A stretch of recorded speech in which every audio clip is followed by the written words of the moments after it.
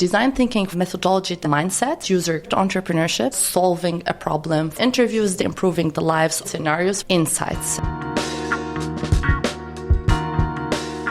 Hello and welcome to ESCP Edge, the video podcast that brings you sharp insights from ESCP professors at the forefront of business research. Today I'm joined by Rand Gerges-Yammine to talk to me about entrepreneurship. Rand, could you introduce yourself and tell us a little bit about your field of expertise? Yeah, thank you, Nick. So I'm Professor Rand, based here at the ESCP Paris campus. I'm a professor in entrepreneurship. I primarily teach corporate entrepreneurship, innovation and entrepreneurship within a large organization. So design thinking as it applies to entrepreneurship, could you just explain what that is? Design thinking is first and foremost a methodology, but it's also a mindset. So the mindset of how do you put the user in the center of all of your designs. So if you think, for example, of a chair, let's say you want to design a chair for your user, you want to think, how do I design this chair so that I can solve some of the potential issues that this user could face? So for instance, if someone is seated all day, they might be facing back problems, they might be wanting something that's very comfortable. So before you think of the actual design in the sense that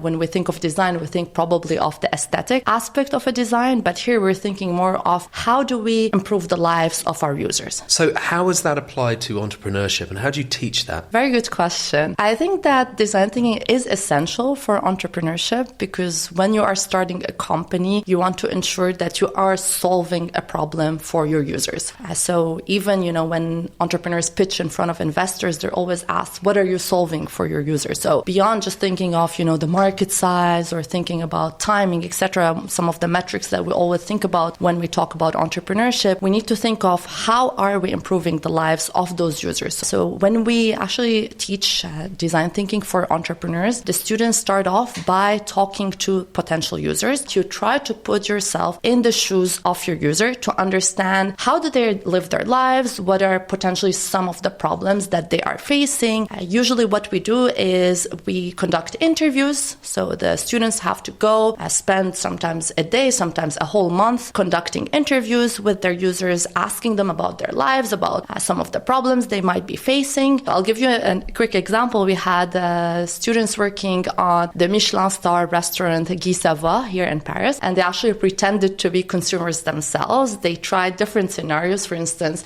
to go there, dressed like students to see how they would be treated without taking a reservation. So they tested multiple scenarios. It was really interesting data points for them to see, how the team of Guy Savoy would react to them. And we see a lot of CEOs actually these days that are taking this approach as well to see, how do their employees react, etc. So they, even if they don't go themselves, they'll send maybe some individuals to do this type of research because it gives you a lot of insights as well. I just want to say thanks so much for joining us today. It was a pleasure speaking to you. Thank you so much, Nick. That was a fascinating discussion. Thanks you. A lot. And thank you for joining us. Please tune in again for the next episode of ESCP Edge, where we talk to ESCP professors about the leading trends in business. Thank you.